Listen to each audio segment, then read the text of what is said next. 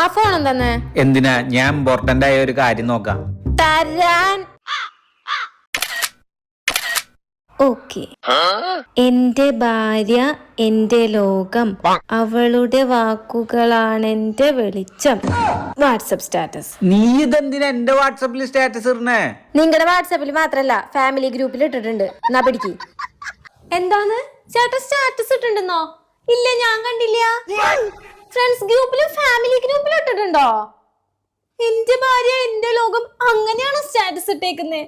ഇങ്ങനെ കൊണ്ട് തോറ്റു. കാലത്ത് ഞാൻ പുതിയ സാരി എടുത്തു, കുറച്ച് പൂ വെച്ചപ്പോ 2 സെൽഫി എടുത്തു. അപ്പൊ തന്നെ അത് എല്ലാവർക്കും അയച്ചു കൊടുത്തോണ്ടിരിക്കുക, എന്റെ ഭാര്യ എന്ന് പറഞ്ഞിട്ട്.